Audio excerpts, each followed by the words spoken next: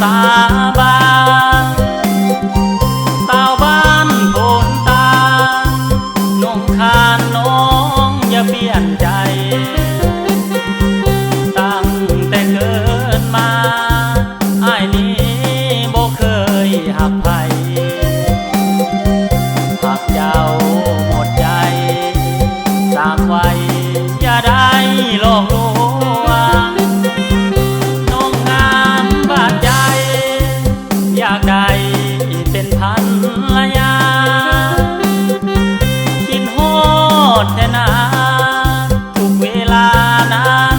ยังเป็นห่วงอายย่านหลายเดย่านใจน้องมีหลายดวงมาหลอกให้อายสั่งสวงให้คิดห่วงแน่เด้อคนดีอย่าลืมสัญญาบุญออกพรรษาคืนนั้นเฮาสัญญากันจะหักมันจนชั่วชีวิตทั้งอายและน้องควงแขนกันเข้าเสียงสีฟ้าดิน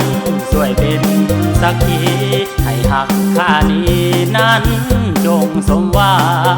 งถ้าน้องหักแท้สิบอกพ่อแม่มาขอย้อนหักแท้น้องจึงเว้าบ่อายน้องนาหากได้เป็นเคยไอ้จะมาห่วงสร้างหากเจ้าบ่จางแอวบางสาวบ้านโพนตา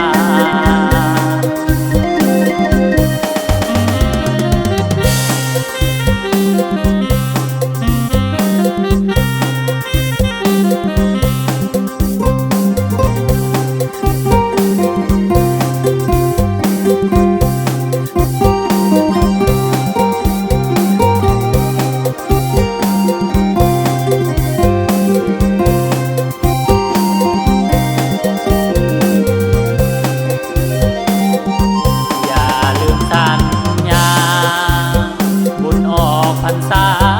คืนนั้นเฮาสัญญากันจะหักมันจนชั่วชีวิตทั้งอายและน้องควงแขนกันเข้าเสียงสีฟ้าดินสวยเป็นสักขีให้หักข้านี้นั้น